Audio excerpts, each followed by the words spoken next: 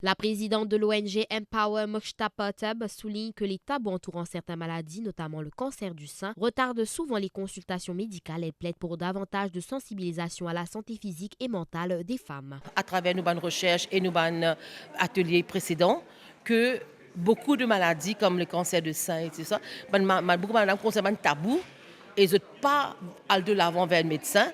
Et quand ils viennent que le docteur finalement, mais c'est trop tard parfois. Donc, ce qui nous permet vraiment enlève sa voile là. Qui va madame bizarre au courant de la santé, ils ont besoin de comprendre qui arrive de l'école et ils ont besoin de prendre soin.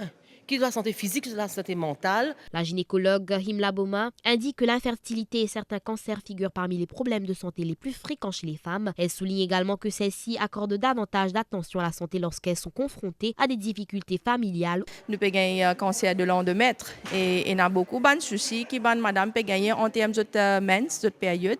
L'infertilité, c'est une autre chose qui vraiment peut couvrir un gros problème pour madame, surtout pour concevoir avec tout bon problème hormonal qui est capable d'affecter les autres.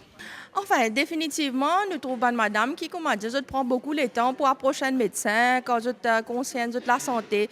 Je tout le temps pas en priorité secondaire, je pas même mettre en priorité, comment dire, pour approcher un médecin, pour discuter de bonnes choses. C'est surtout, comment dire, quand vous avez un problème social ou bien vous avez une pression depuis la famille. De son côté, le notaire Ashvin Darka estime que la législation mauricienne en matière d'infertilité et de maternité de substitution accuse un retard par rapport à d'autres pays. Il plaide pour une modernisation du cadre légal afin de mieux protéger les droits des femmes, des enfants et des familles concernées. Les principes qui s'appliquent à Maurice en ce moment proviennent du droit romain, c'est-à-dire c'est des principes vieux de 2000 ans qui rattachent obligatoirement l'enfant à la mère biologique. Et donc, ce sont ces vides qui ont été palliés en Europe et notamment en Afrique du Sud.